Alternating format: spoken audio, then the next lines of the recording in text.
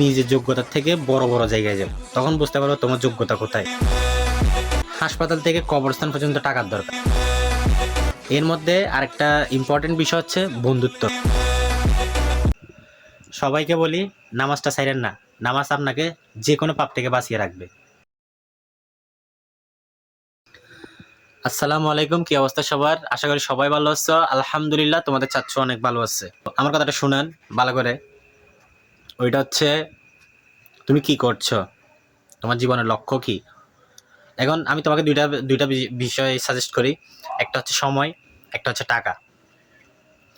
সময় আর টাকা, আকাশ আর পাতাল ডিফারেন্স। আকাশ আর পাতাল ডিফারেন্স। হ্যাঁ, সময় তোমাকে টাকা এনে দিবে, কিন্তু টাকা তোমাকে সময় এনে দিতে পারবে না। মানি ইনভেস্টার নয়, টাইম ইনভেস্টার হও। মানি ইনভেস্টার নয়, মানি ইনভেস্টর হইও না। মানি ইনভেস্টর হইলে যে কোনো প্রকার তোমার টাকা কামাইতে পারবা। গরু ব্যবসায় টাকা লাগাইলেও টাকা কামাইতে পারবা, হকার ব্যবসায় টাকা লাগাইলেও টাকা কামাইতে পারবা, শেয়ার ব্যবসায় টাকা লাগাইলেও টাকা কামাইতে পারবা। কিন্তু সময় এটাতে লাগাও যেটাতে তোমার শক্তি বাড়ছে।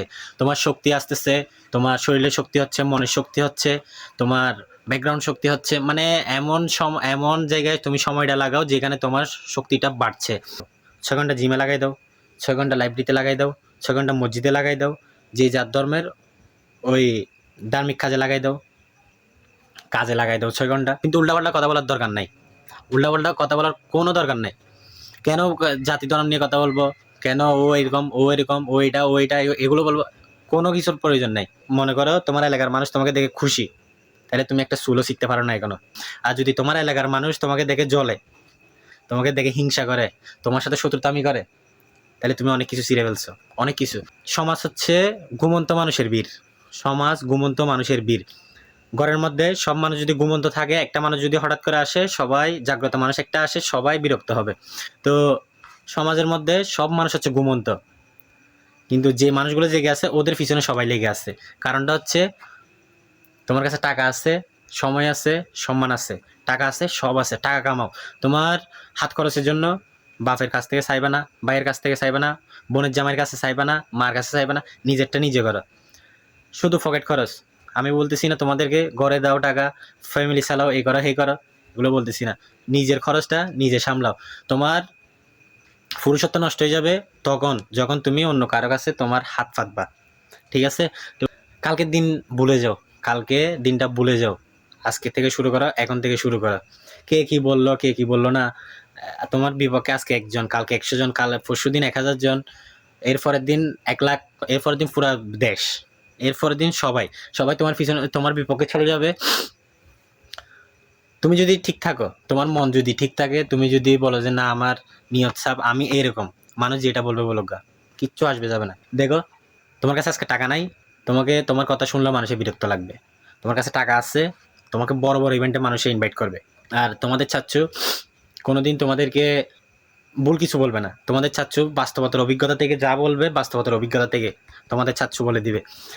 পৃথিবীতে ব্যর্থ মানুষের মধ্যে 95% মানুষ কিছু করতে পারে নাই। কারণটা হচ্ছে যে মানুষ কি বলবে এটা চিন্তা করে। মানুষ কি বলবে ছেড়ে দাও। তুমি আজকে ঘরে ভাত কি দেখাইছো, মানুষ আসি জিজ্ঞেস করবে না। মানুষ আসি তোমাকে একবেলা ভাত খাওয়াবে না। নিজ থেকে মানুষ একবেলা ভাত জীবনেও খাওয়াবে না তোমাকে। মানুষ কি বলছে না বলছে সব ভুলে যাও, নিজেরটা নিজে করো। তুমি স্টাডি করতেছো, ছোটোখাটো ব্যবসা করো। স্টাডি করতেছো, ছোটোখাটো চাকরি করো। স্টাডি করতেছো, যা ইচ্ছা করো, টাকা কামাও, পকেটে টাকাটা রাখো। ঘুমানো যাবে না। ঘুমাইলে যত আরাম তত বেআরাম। আরাম করা যাবে না। ঘুম কামাই দিতে হবে, পরিশ্রম বাড়িয়ে দিতে হবে, টাকা কামাইতে হবে। কে কি বলতেছে না বলতেছে শোনার সময় নাই।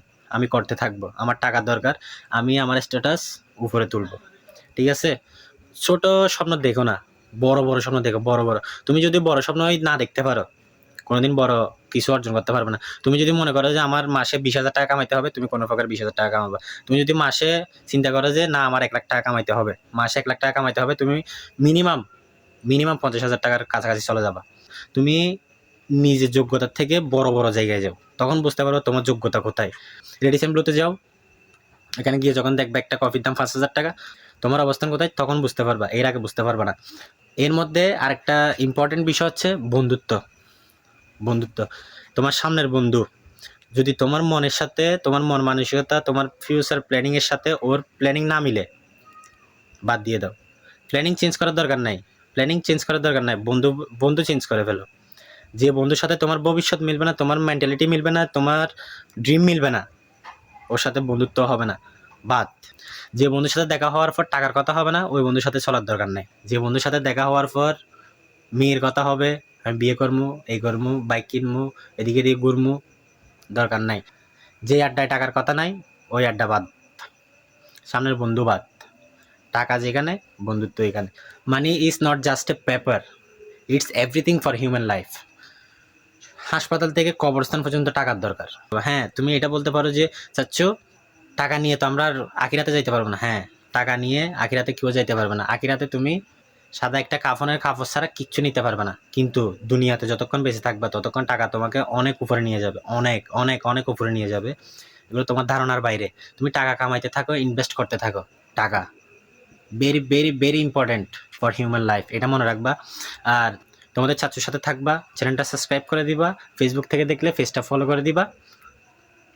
ভালো থাকবা সবাই, আল্লাহ হাফেজ, আসসালামু আলাইকুম।